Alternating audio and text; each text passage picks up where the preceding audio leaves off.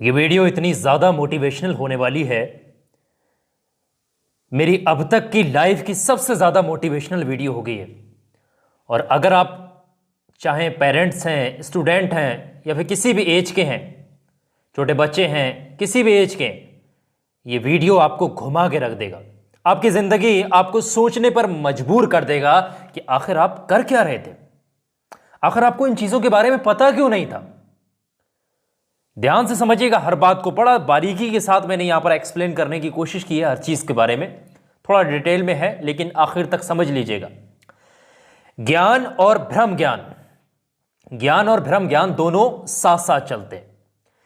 इस संसार के अंदर आपके मां बाप के सिवा कोई ऐसा दूसरा शख्स नहीं होगा जो आपको राजा बनता देख सके।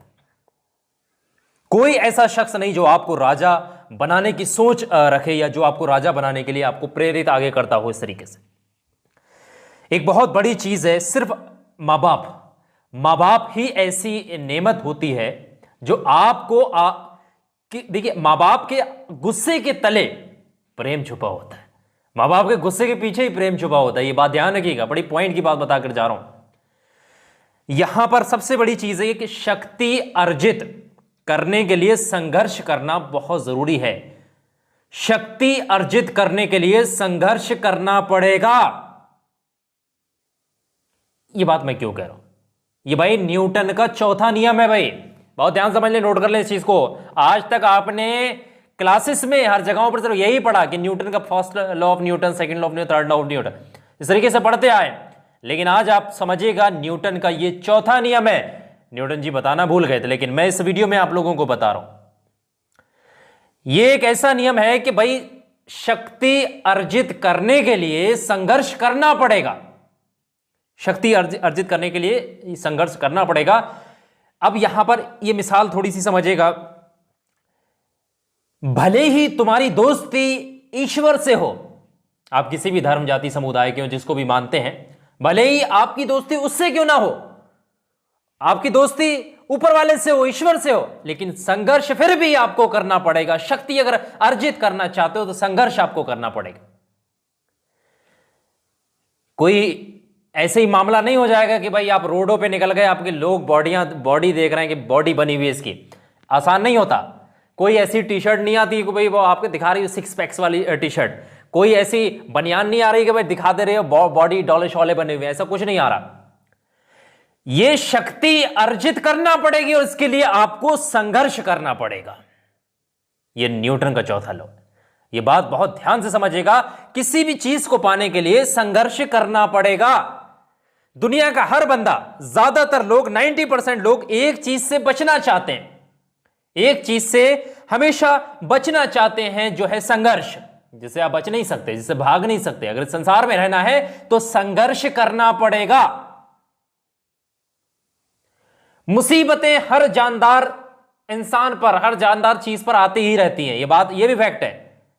जब तक आप जीवित हैं, खुशियां दुख तो ये लगे रहेंगे आपके आगे पीछे। ऐसा नहीं कि भाई मामला हमेशा ही खुशी का चल रहा है या फिर हमेशा ही दुख का चल रहा है। तो ये चीज समझिएगा। ये न्यूटन का मैंने बताया कि चौथा नियम है, इसको नोट करके रख लें। पढ़ाई करने को मन नहीं करता ना, पढ़ाई करने में मन नहीं लगता। अगर पढ़ाई करने में कोई मन नहीं लगता, ये स्टूडेंट के लिए मैं बड़ा फैक्ट वाली बात बता करके जा रहा हूं। जिन लोगों का पढ़ाई में मन नहीं लगता, खाली टाइम वेस्ट करते हैं, मां बाप की धन दौलत उड़ा रहे, कभी भी दूसरे की ताकत पर मत कूदिएगा। अपनी ताकत जब तक आपके पास नहीं होगी, जब तक आप कुछ नहीं कर सकते। दूसरे के पैसे पर, दूसरे की ताकत पर, दूसरे के बलबूते डोले शोलों पर कभी मत कूदिएगा। वो लंबे समय तक नहीं टिक पाएंगे। इसी समझिएगा। पढ़ाई को मन नहीं करता ना जिन लोगों का, अरे भाई पढ़ाई को अगर मन नहीं करता, पढ़ाई में मन नहीं लगता आपका, विद्यालय जाते हैं लेकिन फिर भी उसके बाद मन नहीं लगता, अरे तो फिर पैदल चलना शुरू कर दो, 100 किलोमीटर, 50 किलोमीटर पैदल को। अरे इस संसार में कुछ तो मिलेगा, कुछ तो यहां पर आप संघर्ष करेंगे तो आपको, जो यहां पर संघर्ष करेंगे तो शक्ति कुछ ना कुछ तो जरूर मिलेगी। अरे भाई स्वस्थ ही बना रहेगा, जो मस्तिष्क है वो ही ठीक हो जाएगा, बॉडी कुछ ठीक रहे, कुछ तो मिलेगा समाज को। एक बहुत बड़ी चीज और भी है, जरा समझिएगा इसको। जब हम स्कूल में जाते हैं, हमें टीचर से डर लगता है।